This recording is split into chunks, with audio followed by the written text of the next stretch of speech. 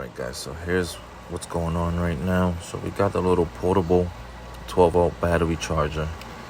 I somehow got it connected over here into the battery port, and now I'm getting power to the LCD.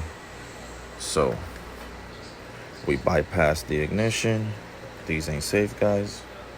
Just saying, run a kill switch on these, Apple AirTags or some sort of GPS device. Or you could track it with the helium, But yeah.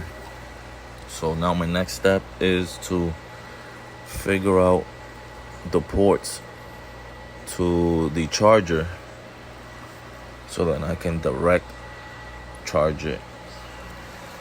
I went out and ordered the chargers for them, but it's still not enough.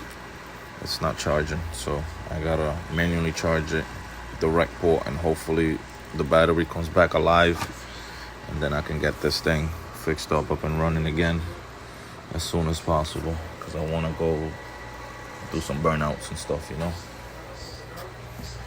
But yeah, this is the progress on my headache of a scooter DIY problem.